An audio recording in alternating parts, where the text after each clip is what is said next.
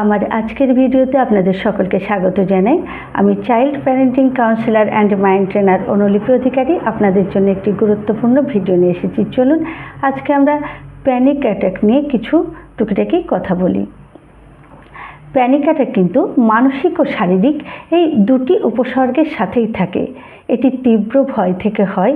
এই অ্যাটাকটি যদি বারংবার হয় বা আরও আক্রমণের সম্ভাবনা থেকে থাকে তাহলে তাকে আমরা কিন্তু প্যানিক ডিসঅর্ডার বলে থাকি।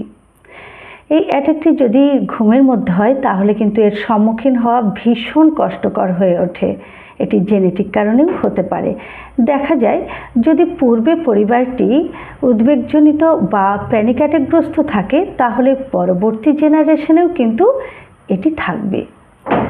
প্যানিক অ্যাটাক হলে মাথা ব্যথা হবে, মাথা যন্ত্রণা হবে, মনে হবে যেন গা গোলাচ্ছে, গা বমি বমি হচ্ছে, শ্বাসকষ্ট হবে, মনে হবে চারিদিকে অক্সিজেনের প্রচুর ঘাটতি, শ্বাস নিঃশ্বাস নেওয়া যাচ্ছে না, বুকে ব্যথা হবে, বুক ধড়ফড় করবে, ভীষণ বুক কাঁপবে, মনে হবে এই বুঝি স্ট্রোক হয়ে গেল, অনেক ক্ষেত্রে হয়তো হয়েও যায়।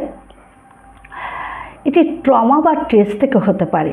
দেখা যায় যদি কোনো আপনজনের থেকে মানসিক আঘাত পায় বা কোনো গুরুত্বপূর্ণ জিনিস হারিয়ে ফেললেও সেক্ষেত্রেও হতে পারে।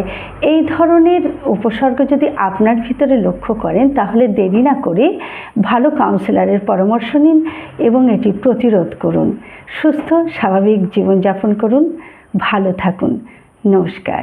আমার ভিডিওটি যদি ভালো লাগে আপনারা একটা লাইক কমেন্ট করবেন, সাথে একটি শেয়ার করে নিজেরা উপকৃত হওয়ার সাথে সাথে অন্যদেরকে উপকৃত হতে সাহায্য করবেন।